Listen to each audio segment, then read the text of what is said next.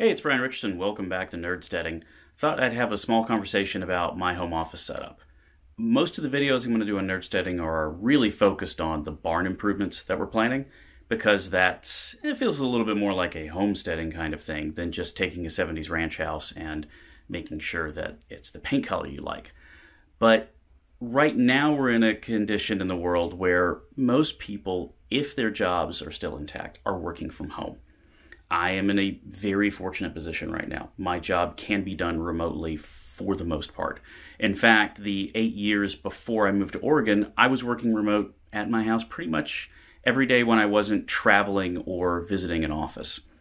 So I had a pretty good home setup when I left. We had a guest room that we didn't use very much, and I had a complete wall that I could dedicate, like no windows or anything, and I just put up a kitchen countertop and made a standing desk. I decided when I worked from home, I would stand up when I worked. That way I would, as we say in the security business, reduce our attack surface.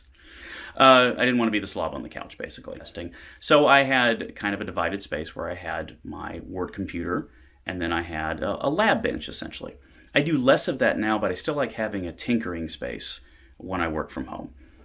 I do have a stand-up desk, and for the first couple of months when we moved here, I set that up and used it as my work desk. That meant that my desktop, which I use primarily for video editing, sometimes for gaming, even though getting back into Doom Eternal, turns out I'm not very good at saving the world anymore. Sorry. But I wanted to have that separation. I wanted my personal computer to be set up in a personal space, and then walk away from that and go into a space for work. That's how maintaining focus right now is difficult given everything going on in the world, but I like having that separation of space. So what I did in the room that we designated the guest bedroom and office, I put in a closet desk. Now, there's a lot of the videos on how to do this on YouTube. I didn't want to create yet another closet desk tutorial. Given the way this room is laid out, where it has a proper walk-in closet, and this weird kind of standard 70s 6 foot wide, 2 foot deep sliding wood panel door thing that they had put in with, by the way, some questionable shelving, which wasn't going to be useful in the long run, I decided, hey, why not go ahead and turn this into the space that I want? And this was a pretty simple project. I didn't do it all at once. Mainly I wanted to get the work surface laid out, which is a standard piece of 3/4 inch plywood. It almost fit the closet. Almost fit perfectly. I had to take out the interior trim on the closet and then do a little bit of shaping on the board to get it to fit, because the room's that closet's not perfectly square. And then I was able to drill a couple of holes for cable routing. I knew that I wanted to have a space below to put an uninterruptible power supply and some shelving. I love basic track shelving. This is where I store computer cables that I've got mostly organized, old hard drives, backups, and then the very top shelf where you really can't see below very easily, that's where I hide everything. So the cable routing, the UPS, the router for the network, and by the way, I did go into the crawl space and add a physical network cable to this, so I'm not just relying on Wi-Fi. All that hides on that top shelf, because when you're at the desk, you look down, you really can't see that stuff. You have to take quite a step back to see the morass of cabling. And if I really felt like it, I could probably build a gizmo to hide that. But I use a lot of cable clamps and Velcro and zip ties to make sure that stuff is organized. Up top, I have it divided on the left with my work laptop, a docking station, and dual monitors.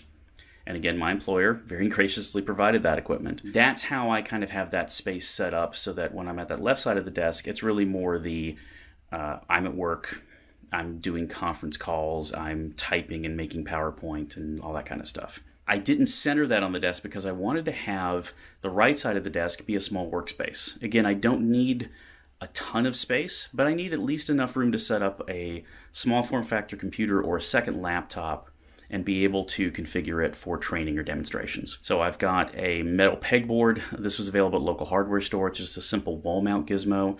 Then I can magnetically mount or use pegboard hooks to mount the basic tools I need.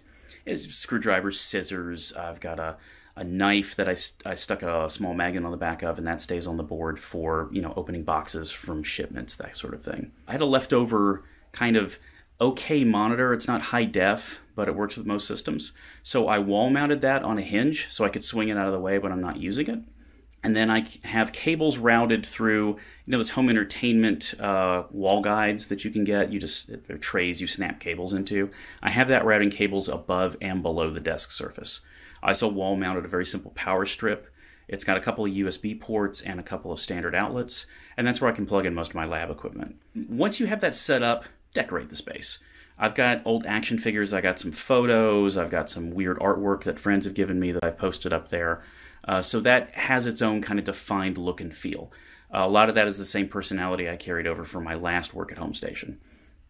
Because I used a closet, there's not a lot of lighting in there. And honestly, the one thing this room suffers from is kind of the hotel problem of there's a standard light fixture that doesn't light the entire room, and you have to use a lot of wall lamps and things. I put LED strip lighting in the inside frame, so I'm not going into my closet of depression and staring at PowerPoint, which can honestly suck out a little bit of your soul after a while. I also put a lighting strip at the bottom of the stand-up work surface so the shelves are lit. That makes it easier to find stuff. Okay, I'm a nerd. I voice controlled it. Hey Google, I'm off work.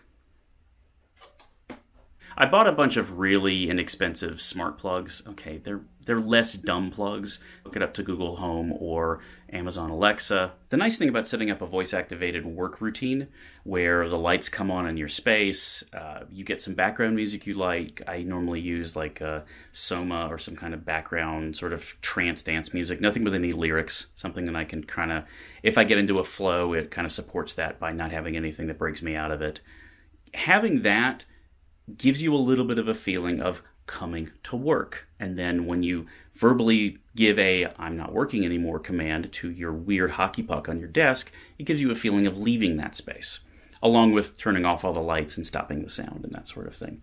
It's a goofy little touch, but I really like it because it tries to reinforce the pattern that I no longer have by framing around meetings or having the days where I go into the office and have the hallway conversations and the collaboration and stuff that I didn't have when I was working remote before.